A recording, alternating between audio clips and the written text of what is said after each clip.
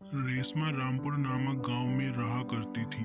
रेशमा की मां की मृत्यु उसके बचपन में ही हो गई थी। रेशमा एक शांत स्वभाव की लड़की थी। वह अपने भविष्य को अच्छा करने की सोचती थी। एक दिन उसका पिता सेवक उसे छोड़कर शहर चला जाता है और फिर वापस उसे लौटकर कभी नहीं देखता है। थोड़ी देर बाद रेशमा की पड़ोस की काकी उसके घर उसका चाय का कप लौटाने के लिए आती है। तो रेशमा उनसे कहती है, काकी, जो मैंने आपके लड़के की शादी में तुम्हारे घर पर झाड़ू पोछा किया था, आप तो जानती ही हैं कि किसी की शादी होती है तो मैं घर में झाड़ू पोछा करती हूँ और मुझे उसके पैसे अभी तक नहीं मिले हैं। हाँ हाँ रेशमा, तू तो जानती है कि मैं इतनी बूढ़ी हो चुकी हूँ और मेरा लड़का अपनी पत्नी को लेकर शहर चला गया है। मेरे पास इतने पैसे नहीं हैं कि जो मैं तुझे दे दूँ। रेशमा दूसरों के घरों में झाड़ू पोछा करके अपने घर का गुजारा चलाती थी।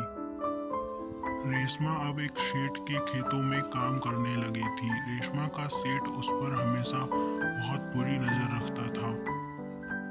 एक दिन उसने रेशमा से कहा, रेशमा तुम मेरे साथ शादी कर लो। तभी रेशमा कहती है, मुझे लगता है सेठ जी, आपने वो कहानी नहीं सुनी है। पास वाले गांव में एक लड़की एक सेठ के यहाँ काम करती थी। वह सेठ उसे हमेशा परेशान करता रहता था। तो वह एक दिन खेत पर जा रही थी तो उसने खुरपी से उसका गला उड़ा दिया।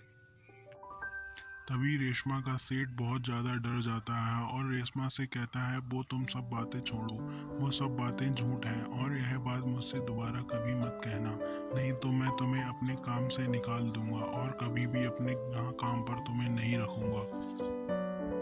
एक दिन रेशमा जब अपने घर पर जा रही होती है तो उसे रास्ते में एक पानीपुरी वाला दिखता है, जिसको देखकर वह वहीं पर खड़ी हो जाती है और उसके पास बहुत भीड़ होती है। रेशमा को पानीपुरी बनाना बहुत अच्छे से आता था। रेशमा ने भी पानीपुरी का स्टॉल शुरू कर दिया था। रेशमा के पहले दिन एक लड़की उसके स्टॉल पर आई थी, जिसको उसकी पानीपुरी काफी पसंद आई। अब रेशमा के स्टॉल पर काफी लोग आने लगे और सबको उसकी पानीपुरी काफी